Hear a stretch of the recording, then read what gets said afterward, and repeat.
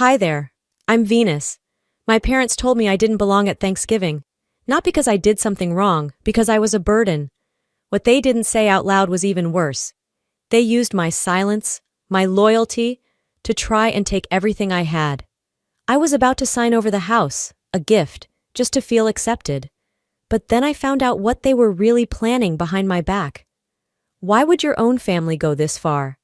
And what do you do when the people who raised you become the ones you need protection from? Stick around.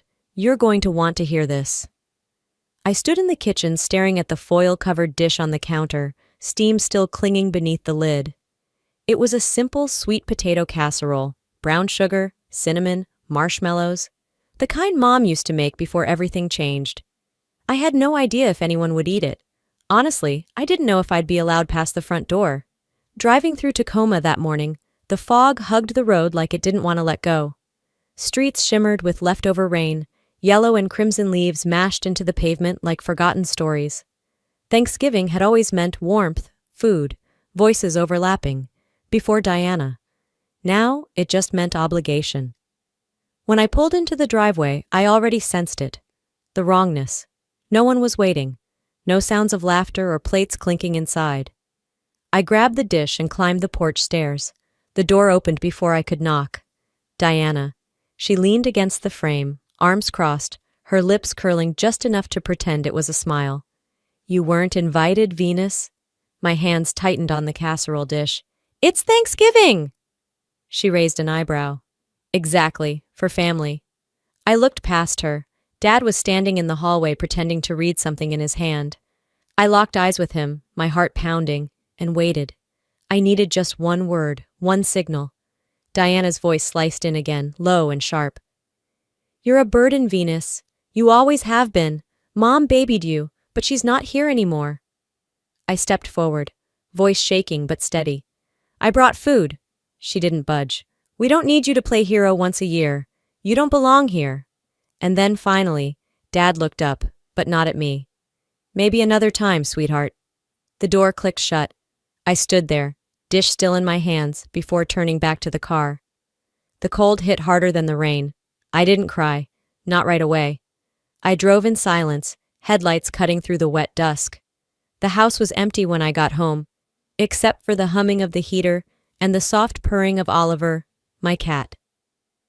I set the dish on the kitchen table and collapsed into the nearest chair. It wasn't just a holiday they shut me out of. It was history. My mother's recipes. My time caring for Dad when his knees gave out, selling off my jewelry to help him cover bills after retirement. None of it mattered now. My silence had earned me exile. My phone buzzed. Clarice, you okay? I heard. I stared at the screen, fingers trembling. They said I don't belong. I stared at Clarice's message until the screen dimmed. It took me almost a full minute to reply. My thumbs hovered, then typed. They said I don't belong. Seconds later, she called. Venus, are you at home? Yes. I'm picking you up. Nina's cooking tonight. She made roast chicken. You know she won't take no for an answer. I opened my mouth to say I wasn't in the mood, but stopped. Clarice had been in my corner since we were 12. She knew when I needed saving before I did. Okay, I said, softer than I meant. By the time we pulled up to Nina's cozy brownstone, the streetlights were flickering on. The chill in the air hadn't softened, but the warmth from the windows spilled onto the sidewalk like a welcome. Inside, everything smelled like rosemary and garlic and cinnamon rolls. Nina, wrapped in a sweater 3 sizes too big, smiled and opened her arms. Takes strength to show up, baby. You've got more than most. I felt it, the shift. Something cracking open, even if just a little. Dinner wasn't fancy, but it was real.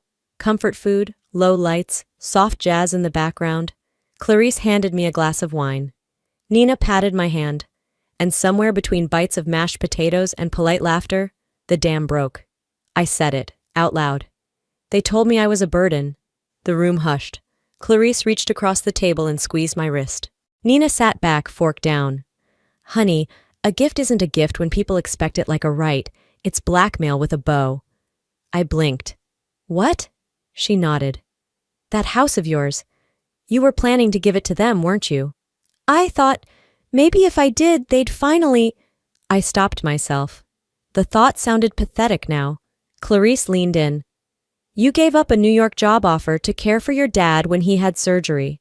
Sold your gold necklace to pay off his hospital bills. If they don't see that, they never will. We sat there, plates half finished, and something settled in me. It wasn't anger, not anymore. It was clarity. Later that night, back home, I opened the drawer in my hallway desk. The file folder was still there, labeled Transfer Property Title. I had printed the documents weeks ago, just in case. My hands didn't shake this time. I carried them to the fireplace and struck a match. The flame caught slow, then quickened, curling the edges, turning years of guilt into smoke. This house won't be my guilt offering anymore. The embers still glowed in the fireplace when I noticed the envelope sticking out from under my door.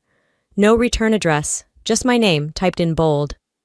I opened it with a steak knife from the kitchen drawer, expecting junk mail. Instead, it was a notification from the county records office. Notice of preliminary title transfer processing, Venus Miller. My heart dropped. I hadn't submitted anything. I burned the documents. Literally. I grabbed my phone and called Clarice. You remember that folder I told you about? I torched it. So why would they send that? She asked, instantly alert. I don't know, but I'm going to find out. The next morning, I dressed like I had somewhere important to be, because I did. Randall's law office hadn't changed in years. Same fern dying in the corner. Same smug receptionist with too much lip liner. She smiled without recognition when I asked to review my previous request. Of course, let me pull it up, she said, and a few minutes later she slid a printed PDF across the counter. We still have this draft on file. My eyes caught the signature at the bottom. Mine, but not. It was close enough for someone to believe it, but I knew my own loop, the way my V always curved like a checkmark. This one was a lie, a digital imitation. Randall walked out from his office, clearly surprised to see me. Venus, I was going to call you. Your dad mentioned you were on board, but you'd just been emotional last time we spoke. Maybe forgot. I never signed this, I said flatly. His mouth opened and shut. Arthur said, I don't care what he said. I walked out without another word. The cold wind bit through my coat, but I welcomed it. It kept me sharp. At home, I pulled out an old file box, one that used to belong to Mom. Inside were letters, birth certificates, even old bills paid by hand. And at the bottom, tucked in a corner, her signature on a will. Slanted, steady, and unmistakably hers. But I remembered seeing a version of that same signature years ago, on a refinance paper, only it wasn't quite right. Dad had forged before. Why wouldn't he forge mine? This wasn't just manipulation. This was theft. I picked up my phone, scrolled past all the names that no longer meant anything, and tapped the one I'd saved months ago. Julian Marks, attorney at law. I didn't sleep. I sat at the kitchen table until the sun broke through the blinds, too pale to warm anything. My phone was still in my hand when I texted Arthur. Sunrise Diner, 9 a.m., don't bring her. The diner hadn't changed. Same cracked leather booths, same smell of burnt toast and overbrewed coffee. It was where he used to take me after softball games, before everything got complicated, before Diana. He walked in a few minutes late. Hesitant. No eye contact at first. Just a stiff nod and a cleared throat before he slid into the seat across from me. I figured you'd be mad, he said, reaching for the menu like this was any other breakfast. I didn't respond. I placed a manila envelope on the table instead. Inside, the printout from Randall's office. He didn't open it. Didn't have to. I didn't ask you to do that, I said flatly. You went behind my back. Arthur sighed, then folded his hands. You're being dramatic, Venus. Randall misunderstood. Cut the act, I snapped. My signature was forged. Yours too, I'm guessing. Or was that Diana's idea? His jaw twitched. Diana's been trying to keep things stable. She's not the issue. You are. You stood there on Thanksgiving and let her humiliate me. Then this? This was your idea of family? He leaned back, arms crossed. You don't know the pressure we're under. I stared him down. You mean the pressure to keep up appearances while draining your daughter's inheritance behind her back? He didn't answer. I sold my necklace to pay your medical bills. Turned down a promotion to stay here when you could barely walk. I bent over backwards to make you feel taken care of. And I didn't think you'd understand. No, you didn't think I'd fight back. The waitress came by, sensing the tension, and left without saying a word. I stood up, voice calm but cold. If either of you come near my house again, I'll call the police. You'll be treated like any other trespasser. I mean that. He looked up at me, something flickering behind his eyes. Guilt? Regret? I couldn't tell. You're not the daughter I raised, he muttered. I leaned down, met his eyes. Good. That girl would have let this go. By the third day, I'd almost convinced myself the worst had passed.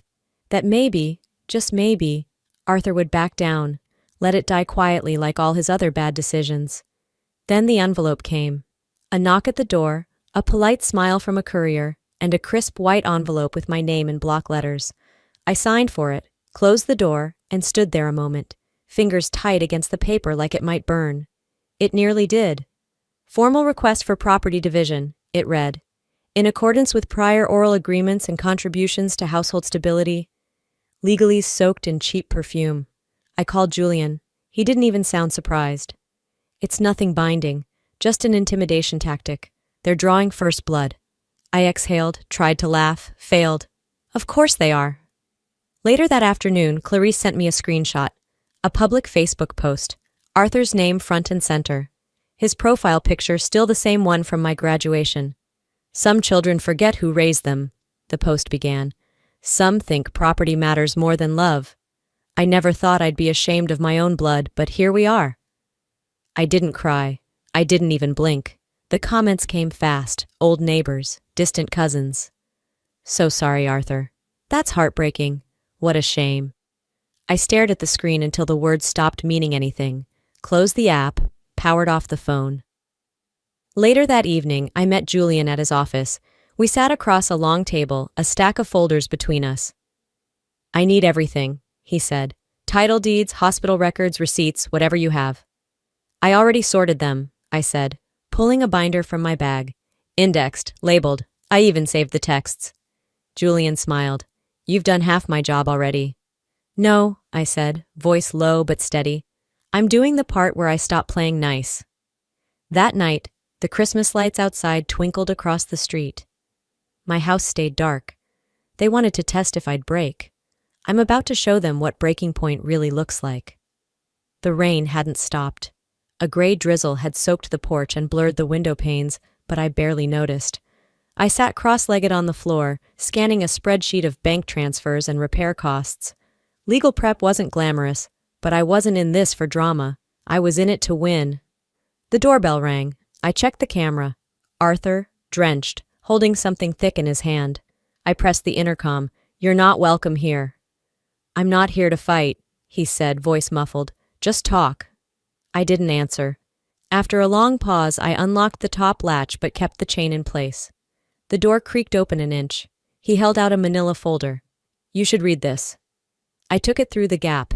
Inside, photos of Clarice and me at her office, walking, talking, dated, time-stamped, and a draft of a civil claim accusing her of coercion and defamation.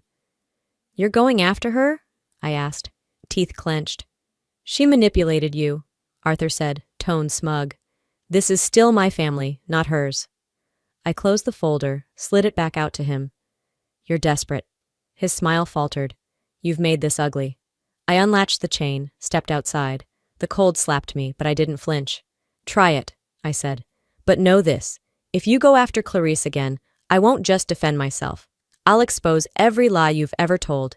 In court. In public. Under oath. His jaw tightened. For a second, he almost looked afraid. Then he turned and walked down the steps. That night, as I finished updating the case file for Julian, my phone rang. His voice was brisk. They filed. It's real. But now, it's our turn. The next 2 days passed like sand slipping through my fingers. Quiet, deceptive, heavy. I poured everything into prep with Julian. But when Clarice canceled lunch the second time in a week, my stomach tightened. She didn't give a reason, just a short text. Rain check. Something was off. Her messages were shorter, colder. I told myself not to panic, not to assume.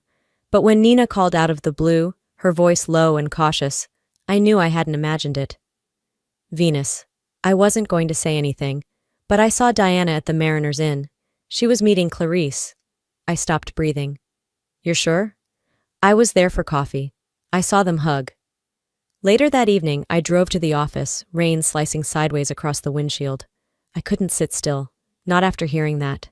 Not after everything we'd survived. Then the call came. Unknown number. I almost didn't answer.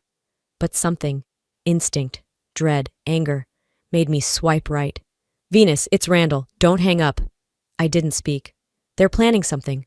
Arthur, he's pushing for a mental fitness motion. Using the past few months, your medication, everything. My heart dropped. What? He's using Clarice to support it. Her affidavit, if she signs it, says you've been unstable, that she was trying to protect you from yourself. That's a lie. I know, but they're setting the trap. I hung up and stared at the phone. Then I grabbed my flash drive, my evidence folder, and drove to Julian's. When he looked up, I didn't waste a word. I dropped it all on the table. We need to go public. I'm done waiting for their next move. Julian didn't blink when I said it. He just nodded once and opened his laptop. Then we begin with the truth, on your terms. Within 48 hours, I was seated across from a reporter in a modest studio, microphone clipped to my collar, the bright lights heating my skin. I'm not here for pity, I said, staring into the lens. I'm here because silence never protected me. They ran the segment that night, 10 minutes of truth set against old photographs, snippets of court filings, and a few shots of the beach house my parents now pretended never mattered to them. The voiceover ended with me saying, "Love shouldn't cost your dignity." The response was immediate. My inbox flooded. Neighbors, strangers, even old high school teachers wrote to say they believed me, that they saw me. Court came 2 days later. The room was packed. Diana sat stiff beside Arthur, both dressed in their best illusion of poise. Clarice was absent, but her retraction was submitted. She'd changed her mind at the 11th hour. Julian's case was airtight. He presented emails, forged signatures, hidden accounts. I sat silent, eyes forward, heart steady. The judge ruled in my favor. The house, the accounts, the legal claims. They were all mine, uncontested and final. Afterward, the media surged. I walked past them all. I had no more to prove. That night, Clarice sent one message. I'm sorry, I froze. I read it once, then deleted it. Some silences don't need answers. At home, I poured a glass of wine and watched the tide on the news ticker. Waves crashing on a beach I hadn't visited since Mom passed. I closed my eyes. When I pulled into my driveway later that evening, the sky a smudge of orange and gray, his silhouette was already there, leaning against the hood of his car like the last ghost who refused to leave. Arthur didn't move, and neither did I. I didn't honk. I didn't get out. I just watched him from the car, my fingers resting on the steering wheel like they knew this moment would come. Snow had started falling, light, hesitant flakes dusting his shoulders. After a while, he tapped twice on the hood, then walked to my door. I cracked it open. What do you want? Arthur's eyes were red, maybe from the cold, maybe not. I'm not here to fight, he said. Can I come in? I led him into the entryway, no farther. The air between us was thicker than any snowstorm. He glanced around the house, then at me. I thought I was protecting something. A legacy. I folded my arms. You weren't. You were hiding behind it. He nodded slowly. You're right. I destroyed more than I saved. You destroyed your daughter's trust. That's not the same thing. We stood in silence. He didn't ask to be forgiven. Maybe he knew better now. I didn't know how to love you without controlling you, he finally said. You never tried. He looked down. The snow on his shoulders had melted. You're leaving? In the spring, I said. This house holds too much grief. I want a clean start. Arthur's mouth twitched, like he wanted to say something else, but all he did was nod. Then he stepped back outside. I didn't watch him go. I closed the door, locked it, and turned off the porch light. The next morning, I drove to the beach. Wind whipped at my coat as I stepped out, boots crunching snow-mixed sand. I stood facing the ocean, waves slow and steady, like they knew I needed them. Closure doesn't feel like justice. It feels like standing still after years of running. And maybe, for the first time, I wasn't surviving. I was choosing. Before we wrap up, I want to share something personal, something I hope stays with you long after this story ends. If there's one truth I've learned through all this, it's this. You don't owe your peace to anyone who builds their love on conditions. Family isn't just blood. It's the people who show up, who tell the truth, who hold your hand, even when the world doesn't. And walking away from pain, even if it's from the people who raised you, is not betrayal. It's survival. It's self-respect. I used to believe that keeping quiet made me strong, but real strength? It's in setting boundaries. It's in choosing healing over history. And yes, it's terrifying, but it's also freeing. Now I want to hear from you. Have you ever had to choose yourself, even if it meant letting go of someone you once loved? What would you say to someone who's scared to walk away from a toxic family tie? Drop your thoughts in the comments. I read every single one. If this story touched something inside you, let me know by commenting 1 or tell me where you're watching from. And if it didn't resonate, I still want to hear your thoughts. Tell me why and where you're tuning in from. Your voice matters here. If you found any truth, strength, or inspiration in this video, hit that subscribe button so you don't miss what's coming next. More stories, more healing, more truth. Thanks for being here. And remember, you are never too much and you never have to shrink to be loved.